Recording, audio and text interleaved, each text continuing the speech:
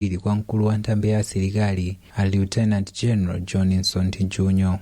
Anyamilandu ati anthuwa akuyembekezeka kubweretsa umboni pa nkhani yokhudza kupeza mauthenga achinsinsi aboma komanso kafalitsidwe ka uthenga pa ntchito zawo.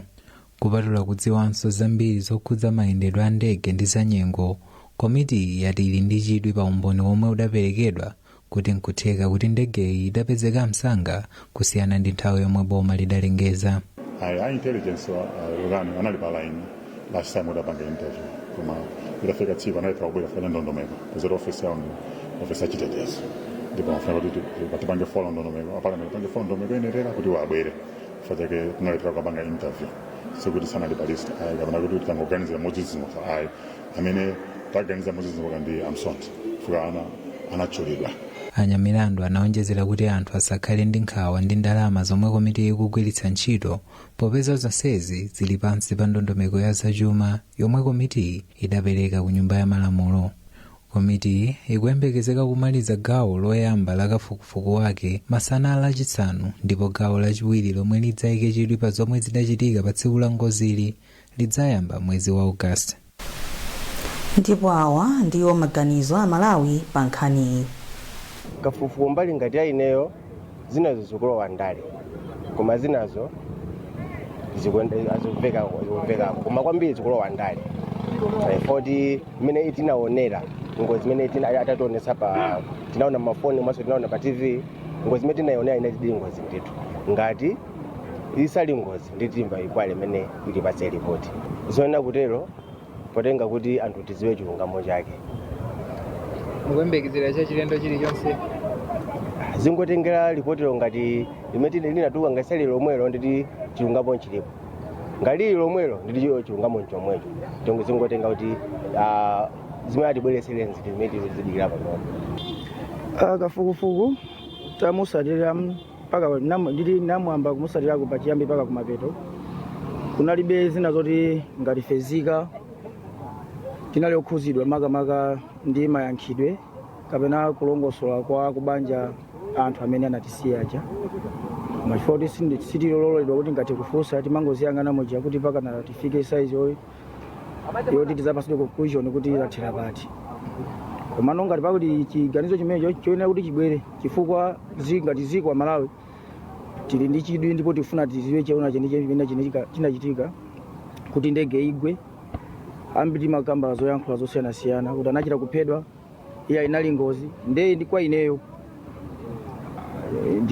ndachita ndira bwino chifukwa ngati zika tifuna tiziwe choona kuti chinachitika ndi chani chilendo ndichoona chimene chinachitika chifukwa amene anene kafukufuku kuti kumusatira mamusatira step by step kunayankhula zoona kuti uthenga wa maliro kapena uthenga wa ngozi unaziwika ngati sini wakusamati 8:20 PM komano boma linasankha kuti anthu agone kumene kuja kufikira mama kumaliza ziko kuti anthu apezeka koma onse atafa ndeti choona cheni chiyambika pepo kuti kodi iwo oyimba foni andi anayankhula kuti zikhale za confidential amatanthauzanji ndeti ifeyo ngati ine ndekuti apopo chomwe tikuyembekeza ndichoona.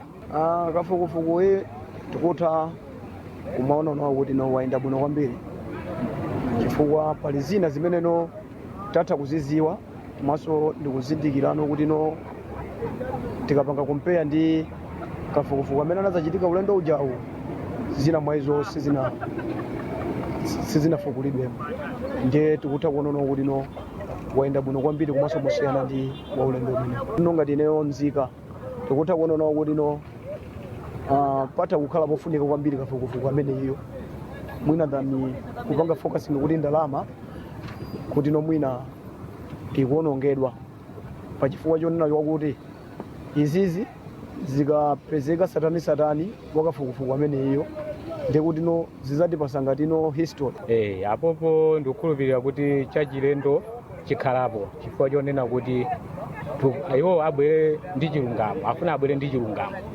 chenicheni choti anthu awapatsire mtundu wa Malawi zoti iwowo Amalawi iwo zagwire mtima kusiyana ndionena kuti azingova za maluwa ndi anthu pola amenewo tufunanso kunena kuti abwere momasuka asamangike yayi asaope china chilichonse chifukwa democracy akamati democracy ndimene ikubwera poyera ndiye ngati akafinyikaso ndekuti democracy palibe koma iwo asaope china chilichonse boma kwa iwowo ndekuti igwiraponso ntchito yateteza china chilichonse ifenso ndi boma kumene ndenzofunika zonena kuti iwo abwere pa ground afotokoze zimene iwonso azidziwa zimene anaziona nawonso auze amalawi izozo palibe dandaula lina lililonse chifukwa ndalama za Malawi zimayenera kuti zigwire ntchito imene zikufunikira ndiye ngati kunena kuti ndalama za Malawi zikungokhala kumalo kwawo kumene kumakhala ndalamako ndakuti sikugwira ntchito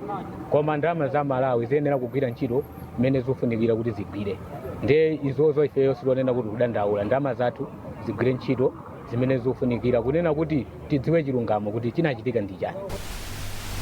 Kupitilira ndi nkhani yathu yayikulu madzulo ano tsopano timve kuchokera kwa Innocent Mphongolo yemwe ndi mmodzi mwa akonzi a nkhani kuno ku Times. Madzulo abwino Innocent. Madzulo abwino. Yes. Ndiye tikaona nkhani yathu yayikulu madzulo ano kodi zimenezi zikusonyeza chani pa kafukufuku wa ngozi? Mwina ndingonena kuti zikusonyeza kuti kafukufukuyu wangoyamba. Tikumbukire kuti kafukufukuyu akuyenera kuchitika m'masiku 90.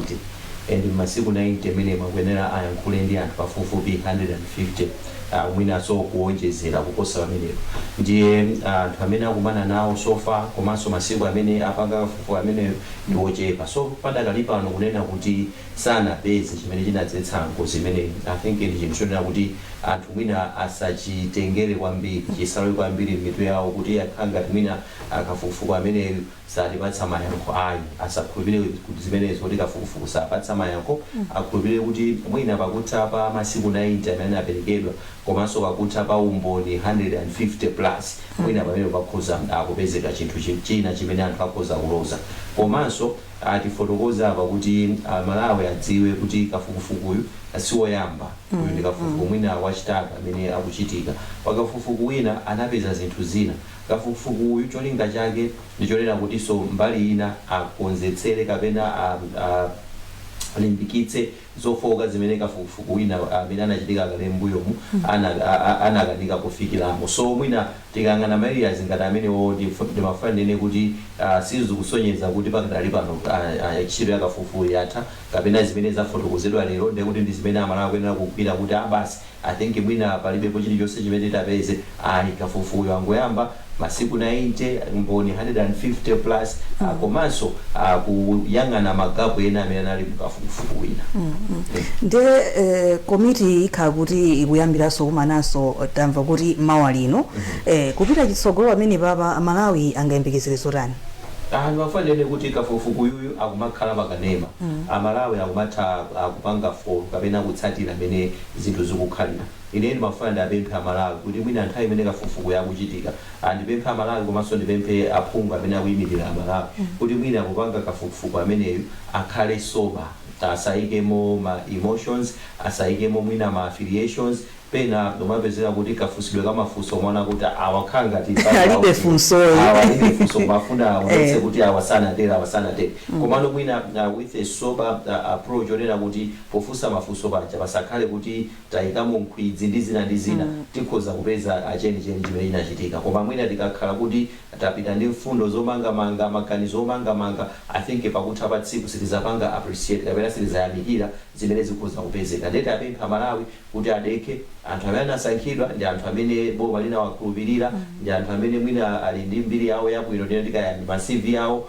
abwinobwino tiwakhulupirire kuti agwira ntchito yabwino. Zikomo kwambiri Innocent potisanthulira nkhani yathu yayikulu madzulo ano. Tathokoza professor. Kupitilira ndi nkhani zathu apolisi amanga mkulu wa bungwe la SDEDI a Sylvester Namiwa woyankhulira bungwe la SDEDI a Promise Tom watsimikiza izi ngakhale ati zifukwa zomwe apolisi awamangira Namiwa sanauzidwe.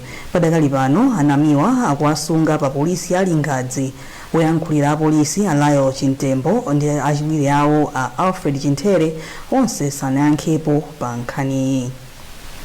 Chipani cha UTM chati kusayitanidwa kwa wachiwiri kwa mtsogoleri wa dziko lino a Jenasa msonkhano wa nduna kusonyeza kuti zinthu zina sizikuyenda bwino.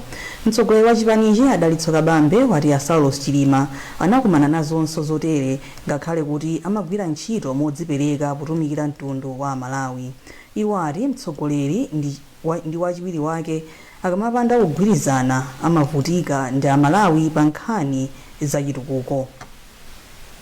Mu nkhani zina, ripoti la Global Finance laonetsa kuti dziko lino ndi lachisanu ndi chimodzi pa mndandanda wa mayiko osaukitsitsa pa dziko lonse.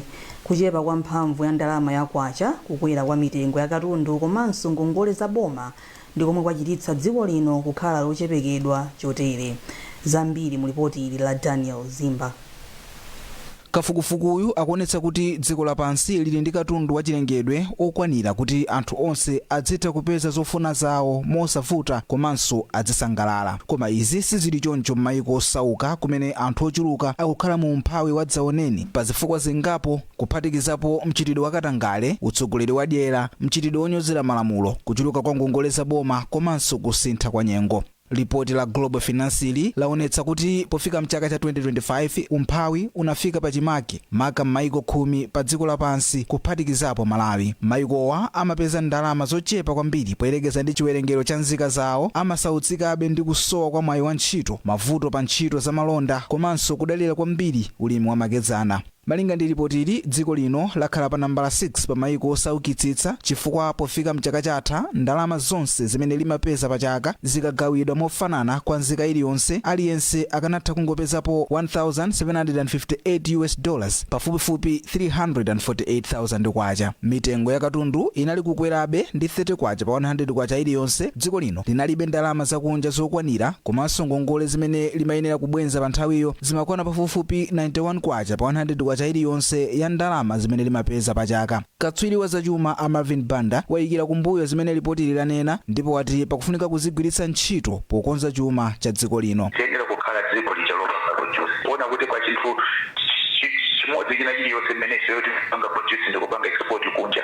Zinthu zitatu mmene zimalowa kutoka mayiko ena kubwera kunoko. Ndi kuti matola achachetika amapeza imangolipisa kumangokula zinthu zoti sizimachipindulira kwambiri ngati economy. Zadziwikanso kuti chuma cha dziko lino chili bwinoko poyerekeza ndi mayiko a South Sudan, Burundi, Central African Republic, Yemen ndi Mozambique. Izi zikudza pamene mtsogoleri wa dziko lino a Peter Mutharika adatsindika mu uthenga wake pa 6 mwezi uno kuti pamene chakudya chayamba kupezeka tsopano chibi cha boma chikhazikika pokonza chuma cha dziko lino.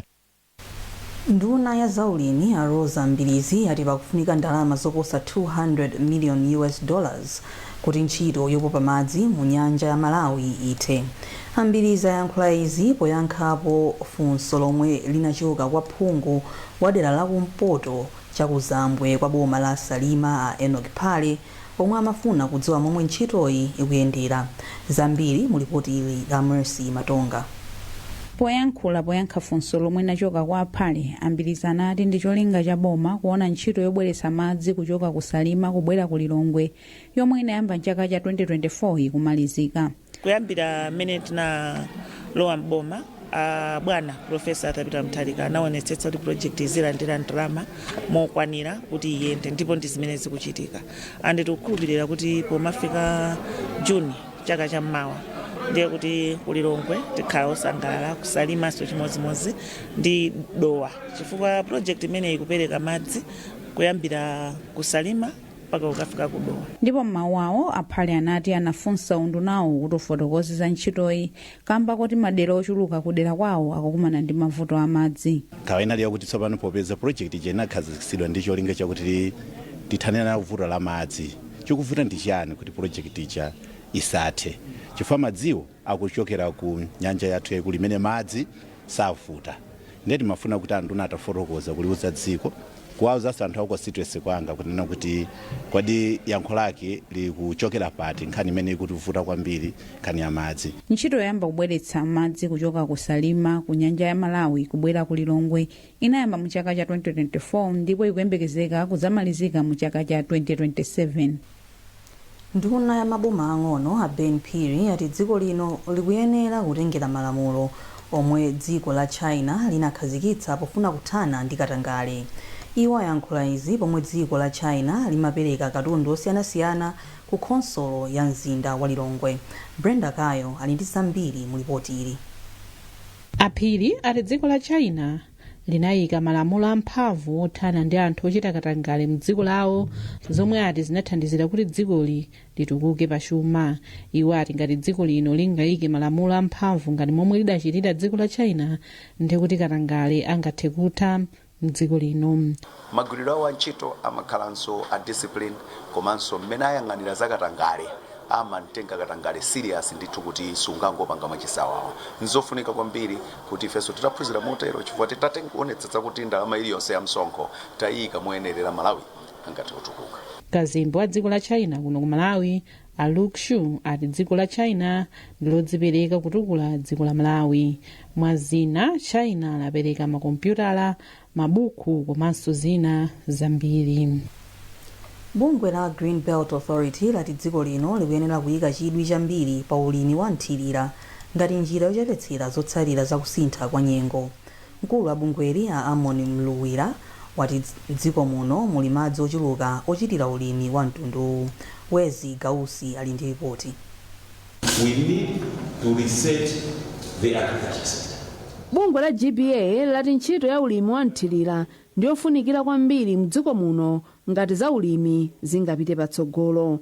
Poyankhula ndi Times, mkulu wa bungweli Amuluwira ati ndikofunikira kuti dziko la Malawi lisiye kudalira kwambiri ulimi wa mvula, ndipo iwo ati vuto lina limene lilipo ndilokhudza alimi amene amalima mbewu asanapeze misika. Tiyike ulimi wa nthirira patsogolo chifukwa chonena kuti nthawi zambiri m'Malawi muno timakhala kudandaula kuti mvula ikuchepa nthawi zambiri, koma taona ni madzi amene tili nawo. Mukhoza kundivomereza kunena kuti panopa tikunena kuti nyanja yathu ya Lake Malawi madzi akwera kwambiri, tikutani nawo. Ndiye ngati tikunena kuti kukubwera El Nino chisakhale chiopsezo, koma ikhale ngati mwayi, ikhale opportunity kunena kuti tipange invest mu irrigation. Kadali pano mmodzi mwa alimi mdziko muno Brenda Banda ati ganizo limene bungwe la GBA likupereka ndi labwino kwambiri, koma akuyenera kuti aunikepo kwambiri mene angathandizire alimi ang'onoang'ono. Nduna ya zamtengatenga Ajapi Mhango yati boma lapereka ndalama zomangira misewu ina yomwe inayima kamba ka mavuto azachuma. Amhango ayankhula izi ku nyumba ya malamulo poyankha mafunso akwaphungu omwe amadandaula kuti kuchedwa kwa zilupuko za misewu. Iwo akufotokoza. Boma lapita lija sili matolera ndama za zokonza misewu ya fuel levy kwa zaka 4 kunalibe wantambala imene mapita ku misewu chifukwa chakali konse kadayima. Komano ndi utsogoleri wa Profesa Tapita Mutharika tauza kuti tichilimike kuti titolere makopi chifukwa chake mnaona kuti APM, automatic fuel mechanism, idayambiranso. But automatic pricing mechanism ya mafuta ija APM idayambiranso. Choneka chake chokuti tisa kutolera ndama zimene timakuzikonza misewu. Kulibe dziko ndilimo zomwe ziko pansi pano limene amalima misewu ndi ndama za boma zokha. Kulibe ndama zimene timakuza misewu zimakazi machokera ku fuel levy. Ndama zimene timatolera magabuta kabaita misewu kamagula mafuta. Choncho patapata kati patukutolera. Bungwe la Africa Center for Diseases Control latsindika kufunika kuchita kafukufuku yemwe angabweretse mayankho ku mavuto omwe dziko lino likumana nawo. Mmodzi wa akuluakulu ku bungweli apita ku Mpalume wanena izi pa chionetsero cha ntchito za luso la makono la zaumoyo cha bungwe la Malawi Liverpool Wellcome Research Program mu mzinda wa Blantyre. Justin Nkwewu ali ndi zambiri. Kwa nthawi yayitali tsopano anthu mdziko muno akhala akuona luso, chikhalidwe ndi ukadaulo wothandizira matenda ngati zinthu zosiyana, kotero kuti sanathe kudzigwiritsa ntchito zinthu zilimodzi kuti apindule mokwanira pa nkhani za umoyo. Koma tsopano sukulu ya ukachenjede ya MUST mogwirizana ndi sukulu za Edinburgh University ndi University of Pretoria komanso Malawi Liverpool Wellcome Research Program akuona kuti zinthuzi zitakugwiritsidwa ntchito limodzi popereka thandizo la zaumoyo. Address Malata yemwe ndi wachiwiri kwa chancellor wa sukulu ya MUST ati kuphatikiza chikhalidwe luso ndi ukadaulo wa sayansi popeza mayankho amavuto a zaumoyo kuti akuthandizira pakagwiritsidwe ntchito ka zinthu zimene dziko lino lili nazo. Malawi ndi masomphenya Malawi 2063 Malawi amene timamufuna tikunena kuti ndiotheka ifuna kuti Malawi ndi zinthu zambiri zimene sitimazigwiritsa ntchito ifeyo makhalidwe athu ndi abwino.